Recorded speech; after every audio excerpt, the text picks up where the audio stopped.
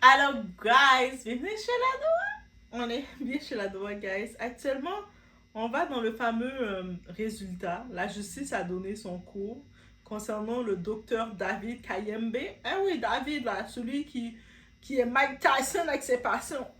Pa, pa, pa. Ah, tu veux pas m'écouter? Pa, pa, pa. Ya, boum. Oui, oui, oui, oui. Lui, c'est Mike Tyson. David Kayembe, je t'ai appelé le Tyson du ton ring, c'est dans les salles d'opération. Eh oui, ouais, ouais, fier de toi. Bref, un médecin qui frappe une patiente et ressort avec du sursis. Donc, lui, clair, normal, c'est sauver la vie, c'est un héros. Il a juste corriger la patiente parce que la patiente n'a pas écouté ce qu'il voulait. Comme, la patiente là, c'est son problème à elle. Il est là pour te sauver la vie, toi tu ne l'écoutes pas. C'est ton problème. Donc il a corrigé, c'est tout à fait normal. Et au Congo, c'est comme ça que la médecine a été faite. Les docteurs, ils ont dit que si vous exercez dans des hôpitaux publics d'État, où ce que c'est le peuple qui va consommer votre expertise, vous avez le droit d'être dans un ring avec eux, faire de la force, les maltraiter, les filmer, faire ce que vous voulez, cracher sur eux même. C'est le peuple, ok? C'est comme ça le peuple, right? Et anyways, on les connaît pas. Par contre, si vous exercez dans le privé, vous êtes avec des gens qui ont payé de l'argent, qui ont l'amour là, vous devez vous comporter comme des humains. Mais si c'est le peuple, comportez-vous comme vous voulez, vengez-vous sur eux. C'est le bon endroit pour. Amen, amen. Est-ce qu'on a reçu l'amen? Je veux des amens là maintenant. Donc, bienvenue dans une justice qui choque, mais qui choque qui? Qui choque peut-être quelqu'un comme moi je vais être choquée, mais quelqu'un qui est habitué dans ce système-là, ils vont dire, Doa, mais pourquoi t'es choqué? C'est normal, au Congo, c'est comme ça. Congo, RDC, bien sûr, hein? C'est pas la République.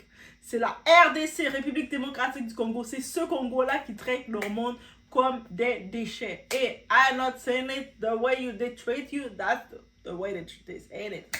Ok? So, on va regarder le tout ensemble. Chez la It's about everything. I mean, they like the support. Yeah, we're gonna like it. We're gonna boost the thing, okay? And we're gonna. On va commencer à parler. J'ai oublié que je parle en français. Non, est-ce que je parle en français avec lui? Oui, je parle en français. Donc, on va regarder ensemble qu'est-ce qui se passe de ce fameux procès, qui était tout un procès, et plein d'émotions. On a eu des émotions, j'ai frémi, j'ai fait comme ça.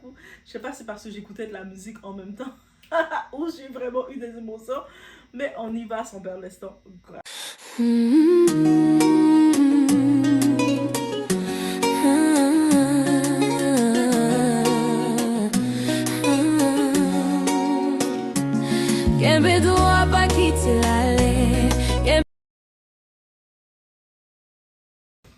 Donc, ici, on a, dans les faits, David Balongonaï Kayembe, beau Congolais. On va l'appeler un beau tonton beau gosse, right? Docteur, pasteur, chrétien, homme business, homme de belle famille, bel petit tonton, là, avec une petite face ronde, petite couleur brun, un sort de brun, là, bien pistache. Aïe, docteur. Okay. Il est dans son procès. On a pu le voir plein d'émotions. Il a pleuré. Il était comme, oh, qu'est-ce qui s'arrive? Moi, je voulais juste sauver la vie de cette conne-là. J'ai juste voulu. La conne était là. Et moi, j'ai voulu la sauver la vie. Et là, j'ai plein de problèmes. Mais qu'est-ce qui m'arrive? Qu'est-ce qui s'est passé? Et réellement, il est dans un système où ça a été tellement normalisé qu'il ne comprend pas qu'est-ce qu'il arrive. Toutes les autres collègues le font. Pourquoi lui, on le punit? Why? Là, il doit payer les frais de juge, il doit payer les frais de déplacement, tout ça. Alors que lui, il a juste fait sa job. Et puis tout le monde font pire que lui. Lui, au contraire, quand il a filmé, c'était pour se protéger. Parce que la patiente était têtue, elle était bordel. Bref, le verdict est tombé, guys. Acquitté pour torture. Il a été acquitté, là. Bien entendu qu'il est acquitté. Pourquoi il ne serait pas acquitté?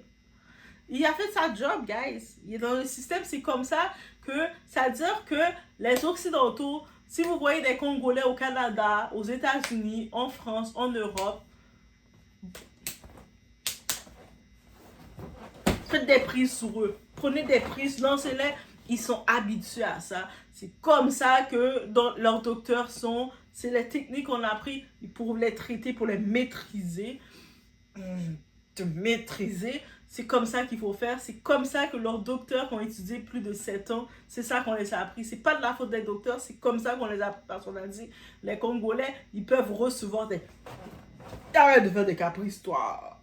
Peut-être va te mépriser, toi. Donc, voilà. C'est-à-dire que commencez pas à vous sentir mal parce que vous avez pincé un patient congolais comme ça.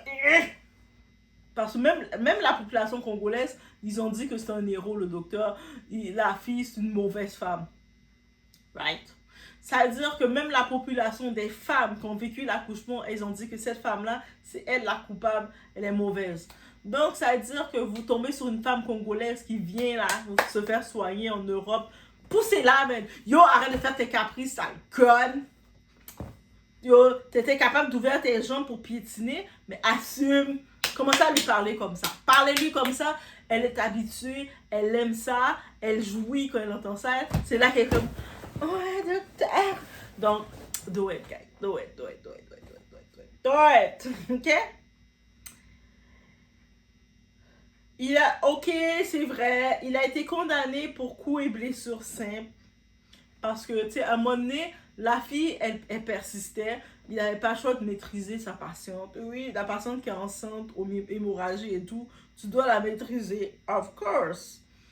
2 mois avec sursis. Donc, avec sursis, c'est tu retournes chez toi, tu vis normalement, tu manges ton caviar chez vous, t'es correct, là.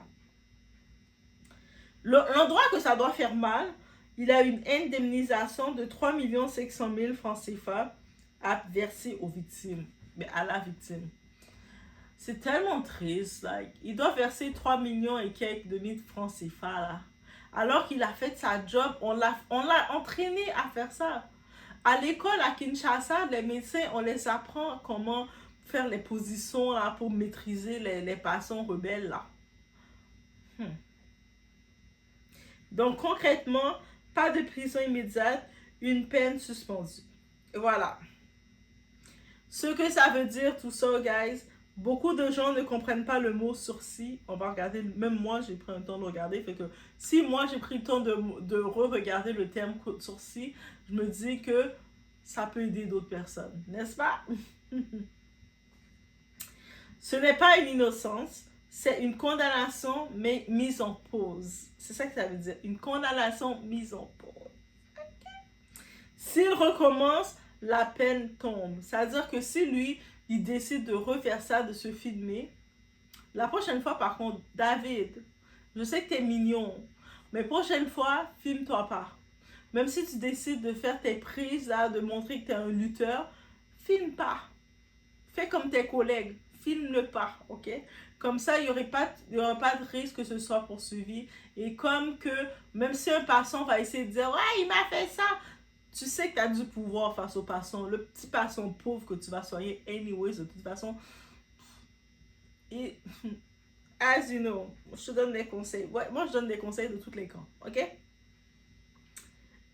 Mais le problème, c'est le message que ça envoie. Eh oui, il y a un problème. Doa, pourquoi tu cherches des problèmes partout? Moi, petite fille de Dessalines, on est comme ça, ok? Quand il y avait l'esclavage, tous les peuples aimaient l'esclavagisme. Oui, tous les peuples noirs, ils étaient contents quand ils étaient esclaves. Ils étaient, on est des esclaves, on est trop contents, on est des esclaves. Puis il y a eu les enfants de Dessalines, nos ancêtres dessalinois, nos Dessalines, on était comme, non, on ne veut plus être des esclaves, on va aller vous libérer. Et c'est quoi votre problème, vous les Haïtiens? C'est ça. Ouais. On est venu déranger le peuple noir en voulant créer la libération. Et on est tellement... On aurait dû garder notre liberté pour nous tout seuls. On n'aurait pas eu tous ces problèmes-là maintenant. Je vous dis. L'indignation populaire. Certaines personnes vont dire justice corrompue, impunité. Et si c'était la famille du juge, la colère est réelle parce que pour beaucoup, Un médecin ne doit jamais lever la main sur un patient, mais on doit rester lucide. Accuser sans preuve de corruption, c'est très dangereux. Simplifier une décision judiciaire, c'est trompeur. Le vrai problème est plus profond. Manque de confiance dans les institutions, système de santé sous pression, rapport de pouvoir médecin-patient. La vraie question qui n'est pas juste, ce n'est pas juste est-ce que la peine est suffisante, mais quel message on envoie aux médecins, quel message on envoie aux patients. Si un professionnel de santé perd le contrôle, c'est tout la confiance qui s'effondre. Un médecin, ce n'est pas juste un métier, c'est une responsabilité. C'est pour ça qu'ils ont un code d'honneur, ils ont l'ordre des médecins, right? C'est un serment, c'est une éthique. Et frapper un patient, ce n'est pas une erreur, c'est une rupture grave. Aujourd'hui, le docteur est libre, mais la vraie question reste, est-ce que la justice a protégé les victimes ou juste évité un scandale? Une société tombe le jour où ceux qui doivent soigner commencent à faire peur. Donc, ça veut dire que oui, ça fait peur. Je peux comprendre que des gens qui vivent éloignés, qui ne sont pas dans la ville, qui vivent en campagne, maintenant, ils sont malades, ils ont besoin d'aller faire leur bilan, faire leurs soins médicaux. On va les dire, viens, je t'amène à l'hôpital. Et puis, ils vont trembler, ils vont littéralement trembler, littéralement avoir peur en disant, non, je ne veux pas, je ne veux pas, je veux pas. Parce que les autres, ils vont avoir des traumas. Ça, c'est des traumas qui vont être intergénérationnels, qui vont se répéter de génération en génération, que les gens vont avoir peur de quelque chose qui est supposé les aider, de prendre soin d'eux. Et ça, ça s'appelle trauma intergénérationnel. Cette femme qui a vécu ça, elle va se dire maintenant, va à l'hôpital te faire soigner. Elle va dire, non, non. Et puis, les gens autour qui ont vécu des traumas, parce qu'elle, elle a vécu ça, ça a été filmé, on l'a exposé. On se rappelle, c'est pas elle qui a exposé, c'est on l'a exposé. Elle n'a pas déposé de plainte. Ils ont déposé une plainte et le fait que les vidéos étaient là, c'était, on ne pouvait pas dire c'est pas vrai qu'elle ment. Tout était là. Malgré tout, le fait qu'ils ont joué sur son âge, parce que vous savez, il n'y a pas les possibilités au Congo de déclarer les enfants. Donc, il y a des enfants qui sont nés et qui ne sont même pas recensés dans la population. Donc, bref. Mais c'est une situation qui arrive. Et dites-vous que le cas de Dorcas, c'est le cas de beaucoup d'autres personnes et beaucoup d'autres femmes. Et c'est ça le plus triste. Ben, le docteur, j'allais dire le pasteur, le docteur est content, il est libéré, il peut continuer à faire ce qu'il faisait avec ses autres collègues et se dire. Et bien sûr, il y a des gens et des femmes, parce que les femmes sont l'ennemi des femmes dans la cause. Elle faisait des caprices, hein? Mais reste que dans ce type de pays-là, les personnes qui ont de l'argent, ils ne se font pas soigner, ou ce que les personnes qui n'ont pas d'argent se font soigner. Et ce n'est pas pour rien.